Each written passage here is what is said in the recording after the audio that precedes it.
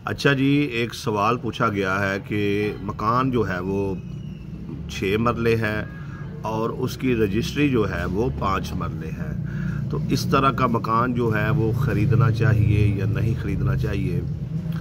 मोहतरम भाई, सबसे पहले तो ये गुजारिश है कि आप तमाम वीडियोस देखा करें। इस मसले पर मैं तफसीली वीडियो जो है वो बना चुका हूँ। चलें फिर भी मुख्तसर आपके सवाल का जवाब दे देता हूँ।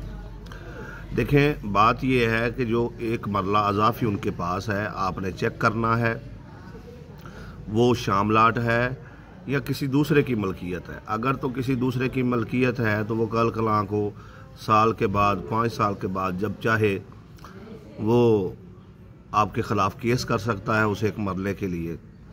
तो बेहतर ये है कि आप वो देखें एक मरला किसका है, उससे वो नंबर ख़रीद लें, इनसे कब्ज़ा ले लें, एक तरीका।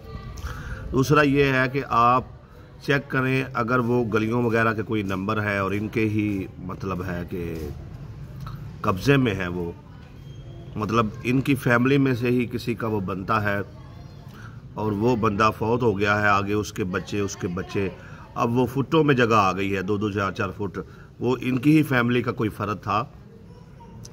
तो आप इनसे एक मरले का स्टाम्प करवा लें कि भाई ये भी हमने पैसे दिए हैं, कल कलां को ये ज़िम्मेदार है। लेकिन अगर छोटा सा खेवट है, मतलब कनाल का खेवट है और उसमें जो है 2-3 ही मालक हैं और इसने एक मरला कब्ज़ा ज़्यादा किया हुआ है, तो बड़े खेवट में तो ऐसे हो जाता है कि मरला आधा कभी इधर कभी उधर ये चीज़ें चल जाती हैं। लेकिन छोटे खेवट में जो है, जो कनाल का ही खेवट है या 2 कनाल का है या 5 कनाल का है, छोटे छोटे ये खेवट हैं, इसमें 2-4 अगर मालक होते हैं तो इसमें अगर आपके साथ कोई ऐसा अमल किया जाता है कि रजिस्ट्री जो है वो 5 मरले की और कब्ज़ा 6 मरले का, तो जल्दी इशू बन सकता है। पटवारी बनवा सकता है, वो छानबीन करके वो दूसरे को बताएगा, भाई आपके पीछे लगा देगा और आप जो है फिर पटवारी के पीछे होंगे और फिर मसले बनेंगे।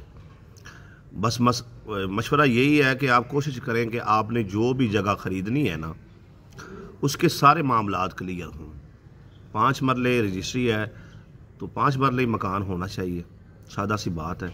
अगर 6 मरले है तो आप बुनियादी तौर पर आपने वो पहले समझना है एक मरला किसका है, तो उसके बाद जो है उनके साथ लेन देन करना है। ये ना हो कि मरला किसी तीसरे बंदे का हो और आप स्टाम्प इनसे करवा लें। ये वाला स्टाम्प जो है वो फजूल है, उसकी कोई अहमियत नहीं है, उसकी कोई वैल्यू नहीं है। ये ऐसे ही है जैसे मैं आपको स्टाम्प कर दूं कि भाई मीनार पाकिस्तान में आपको सेल कर रहा हूँ, ठीक है जी। बाहर रोड पर खड़े हुए जो है वो कोई गाड़ी जो है उसके साथ टेक लगा के आपको बेच दूं कि भाई मैं ये बेचना चाह रहा हूँ। भाई मेरी है तो मैं कागजात लाऊँ ना, मीनार पाकिस्तान से मेरा क्या ताल्लुक़ है? कहने से तो कोई चीज़ मेरी नहीं हो जाएगी। याद रखें, कब्ज़ा मालकी वाली जगह पर अगर 100 साल भी हो जाए तो वो इंसान मालक नहीं बनता। शामलाट के अलग मामलात है, मालकी वाली जगह के अलग मामलात हैं। तो मेरे भाई, आप ख़रीद सकते हैं लेकिन पहले अच्छे से छानबीन कर लें और चेक करें ये मरला किसका है और उस नौइयत को समझें। जो बंदा हाज़र मौका कोई प्रॉपर्टी ख़रीद रहा होता है ना, जब वो उसकी छानबीन करवाए तो वो मौके पर चीज़ों को बेहतर समझ रहा होता है और हर मामले का अलग से जवाब होता है। हर किसी को इसी तरीके से मशवरा नहीं दिया जाएगा। दूसरा बंदा है, हो सकता है वहाँ पर प्रॉपर्टी का कोई और इशू हो तो उसको अलग तरीके से जो है वो मैं जवाब दूंगा। तो ये मेरी बात ज़हन में बिठाएं कि जब भी आपने प्रॉपर्टी ख़रीदनी है कोशिश करें कि उसके सारे मामला जो हैं वो क्लियर हों। और अगर 4 मरले रजिस्ट्री है और 2 मरले जो है या 1 मरला जो है वो स्टाम्प है, तो वो मसला तो गड़बड़ है ना, ये आपने खुद समझना है।